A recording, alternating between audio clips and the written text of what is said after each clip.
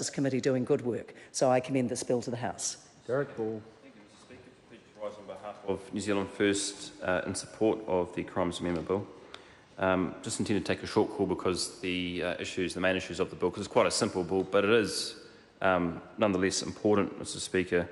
Those main provisions in the bill have been canvassed quite a lot from both sides of the House. The bill repeals three main provisions in the Crimes Act, which covers three things: spousal civil union immunity from prosecution for accessory after the fact, blasphemous libel, and a year and a day rule, sir. So the main intent of this bill is to ensure that there's the confidence from the public in the justice system is maintained, and one of the ways that we do that through legislation is ensuring that legislation is applicable to modern day technology and relevant to modern day society and the values, sir.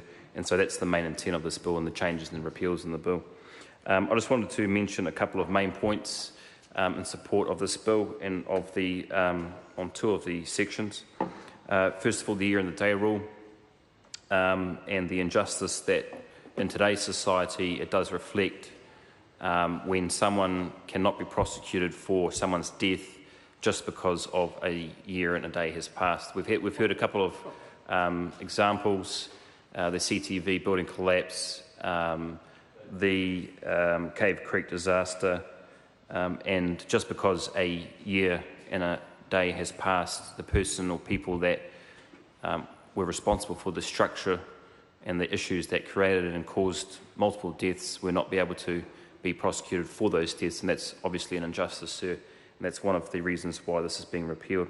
Another example, I'm not sure if it was mentioned in the House today, but definitely through the first reading it was the example of someone who died from a coward punch, and I think that's directly a direct example of the modern, how the law does not reflect the modern day society medical ability to be able to maintain someone's life for past a year and a day, and also the legislation and the developments in the sciences and forensic sciences as well, sir, where an individual dies more than a year and a day and the individual who committed the crime could not be punished for their death when rightly and for justice reasons they absolutely should have.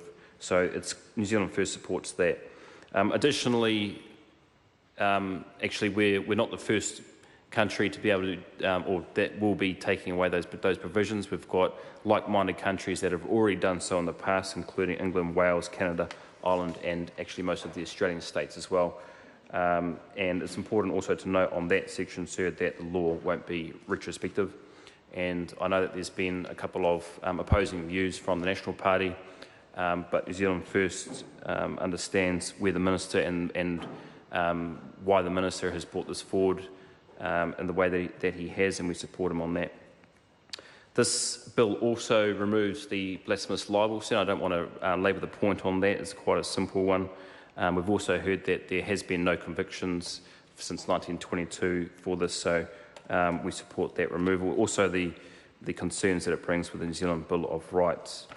And lastly, there was only one technical amendment that when it went through the Justice Committee, sir, and the committee recommended amending the proposed new schedule to clarify that the nature of acts and omissions to which the transitional provision applies are the same as those currently specified in section 162, and New Zealand First supports that amendment. New Zealand First supports this bill and the changes that it brings to the Crimes Act. We'll be looking forward to the progress of this bill through the House and the debate through the committee stages on the SOPs. Thank you, sir. The Honourable Mark Mitchell.